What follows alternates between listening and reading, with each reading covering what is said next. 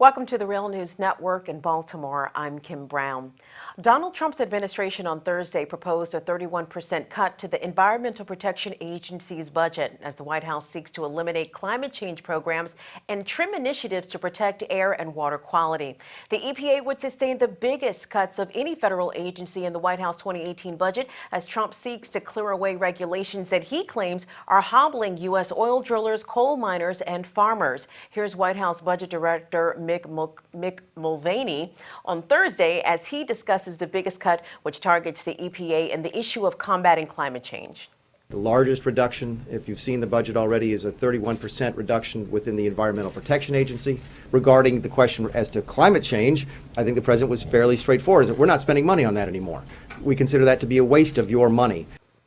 Well, the budget would also completely eliminate some climate change and clean energy programs like the Department of Energy's Advanced Research Projects Agency Energy, or ARAPA-E, which funds renewable energy research and focuses on a variety of different projects. Plus, what else is also on the chopping block are 4 NASA Earth science missions. So is targeting climate change a waste for taxpayers' money, as the Trump administration says, or will these budget cuts actually end up costing us much more later, including the cost and impact to human health and the economy? And with us to discuss this, we're joined with Jacqui Patteron. Jacqui is the NAACP Director of Environmental and Climate Justice. She has served as a trainer, organizer, researcher, and policy analyst on issues including gender justice, racial justice, economic justice, and environmental climate justice. Jacqui has authored multiple articles, including Energy, Democracy, and Black Lives Matter and the NAACP Advocacy Agenda, Climate Change is a Civil Rights Issue, and The People Shall Lead, centering frontline community leadership. She joins us today from Pella, Iowa. Jacqui, thank you so much for being here. Thank you. It's a pleasure to be here. Thank you. Well, we should also note that the Trump administration is also targeting science and research programs across multiple federal agencies for sweeping cuts, including rollbacks of nearly 20% cut to the Department of Energy's Office of Science, a $250 million cut to the National Oceanic Atmospheric Administration, and an 18% cut to the National Institutes of Health. So, Jacqui, there's a whole lot to unpack here, so let's try to get right to it. Now, the EPA runs on an annual budget of $8 billion with about 15,000 employees. And under the Obama administration, we saw the EPA on a federal level and also state environmental agencies have failings such as the Flint water crisis and the newly revealed water crisis that's happening in East Chicago. So is now the time to be chopping a third of the EPA budget, given that the country faces a lot of environmental catastrophes possibly? Yeah, thank you.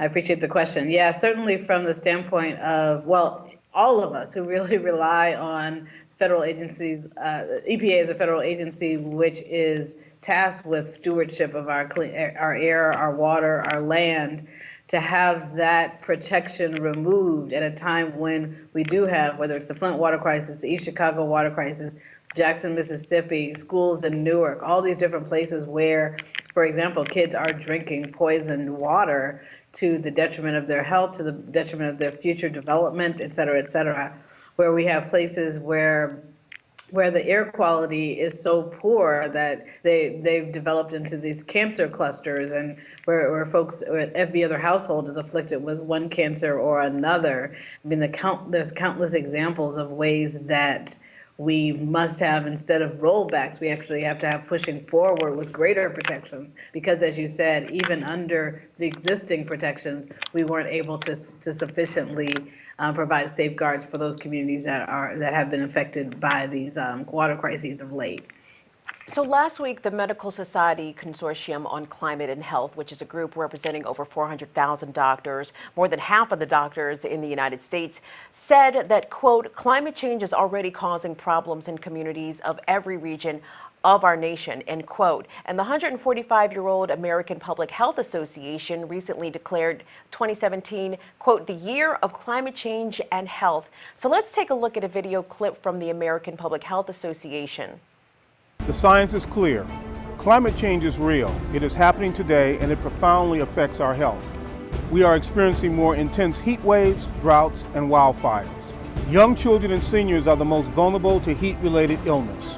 Climate change increases the amount of airborne pollutants and results in higher ozone levels, leading to higher rates of asthma and cardiovascular disease. So talk about a few of those hotspots across the country where communities are being particularly impacted health-wise by environmental issues. Jacqui, obviously you just referenced one. What's the name of that corridor in Louisiana? Do they call that the Cancer Corridor? Do I have that correct?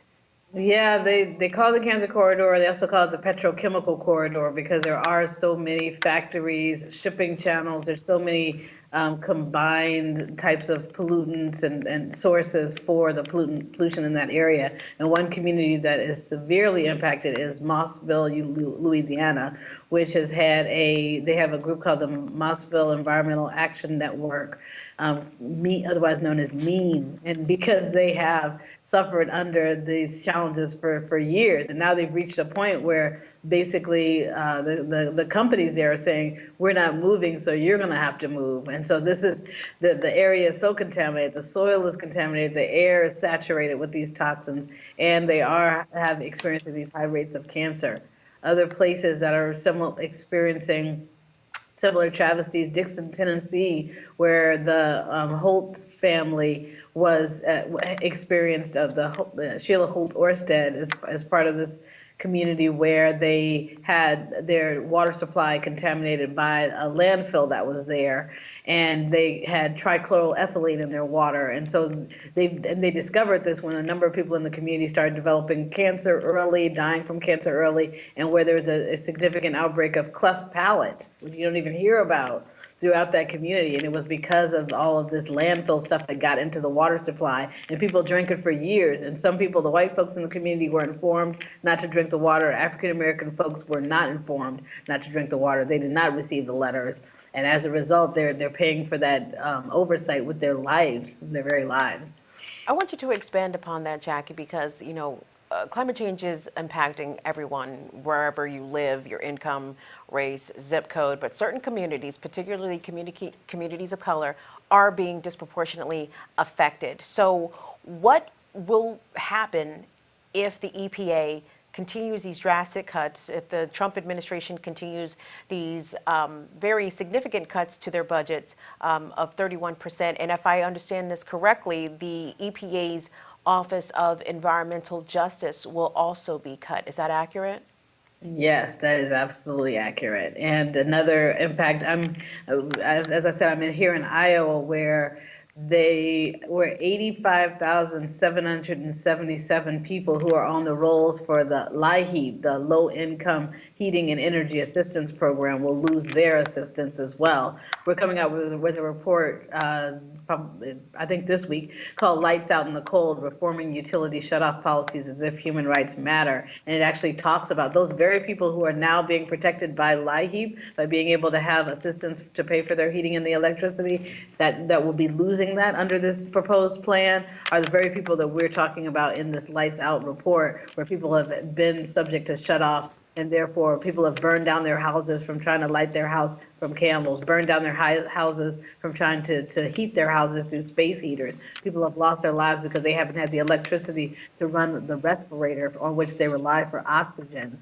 So, and these are just some examples locally here and broadly. Also, we've been working over these years with NOAA and a partnership with NOAA and a group called Climate Central, where we've been working with coastal communities throughout the country who are facing imminent displacement due to sea level rise. And what NOAA and Climate Central have been able to bring is the forecasting tools to be able to say, this is what's going to happen at this level of sea level rise, this level of sea level rise, et cetera. And we've been able to overlay that with social vulnerability data and then work with these communities to be able to assess their risk from Florida to Wilmington, North Carolina, to Gulfport, Mississippi, to New Orleans, Louisiana, to Mobile, Alabama, and really help folks to see this is where the imminent danger lies, and really facilitate conversations about what they can do about improving infrastructure, about developing relocation plans, and so et cetera.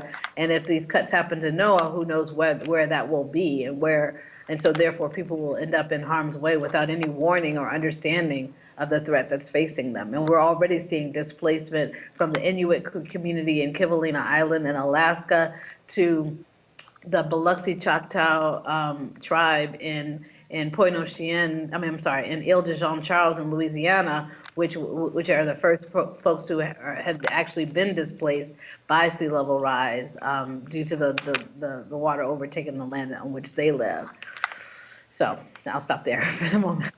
Well, Jacqui Patterson is our guest. She is the NAACP Director of Environmental and Climate Justice. We've been discussing the Trump administration's proposed budget for 2018, which features a variety of cuts to climate change programs, particularly the Environmental Protection Agency will see a cut of 31% to their annual budget. That's part one of our conversation, so stick around for part two right here on the Real News Network.